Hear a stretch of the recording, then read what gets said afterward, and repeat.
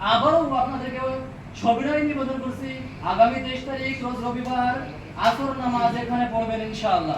আসসালামু আলাইকুম ওয়া রাহমাতুল্লাহি ওয়া বারাকাতুহু। প্রিয় ভাইরা, আপনারা সবাই এখানে সুশৃঙ্খলভাবে ইফতার করবেন। ইফতার পর নামাজ বাদ আবার আমাদের মেহমানদারির ব্যবস্থা আছে। অবশ্যই আপনারা সুশৃঙ্খলতার সাথে বাংলাদেশকে প্রেজেন্টেশন করবেন।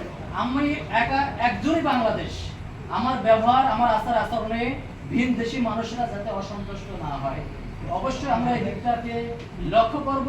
এবং আপনাদেরকে আরেকটি আহ্বান করছি, সূরা তওবার 60 নম্বর আয়াতে আপনারা ফিতরা এবং যাকাত কোন কোন খাতে দিবেন 8টি খাত স্পষ্টভাবে উল্লেখ করা হয়েছে।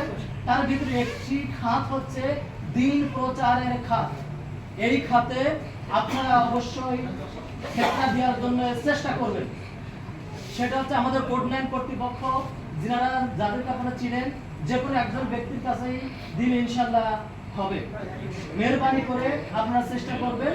আজ এ পর্যন্ত, দেখা হবে, কথা হবে। সে পর্যন্ত আল্লাহ সুবহানাহু ওয়া তাআলা আমাকে সহ আপনাদের সবাইকে কবুল করুন।